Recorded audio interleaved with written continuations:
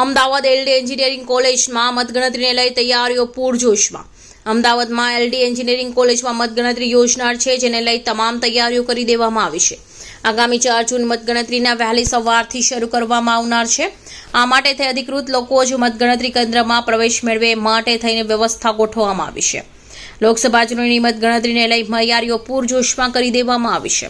અમદાવાદમાં LD engineering કોલેજમાં મતગણતરી યોજનાર છે, જેને લઈ તમામ તૈયારીઓ કરી દેવામાં આવી છે. આગામી 4 જૂને મતગણતરીને વહેલી સવારથી શરૂ કરવામાં આવનાર છે. આ માટે થઈને અધિકૃત લોકો જ મતગણતરીના કેન્દ્રમાં પ્રવેશ મેળવે એ માટે થઈને વ્યવસ્થા ગોઠવવામાં આવી છે.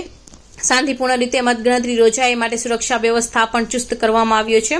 કોલેજ કેમ્પસની અંદર અને બહાર વિશેષ સુરક્ષા વ્યવસ્થા ગોઠવવામાં આવ્યું છે.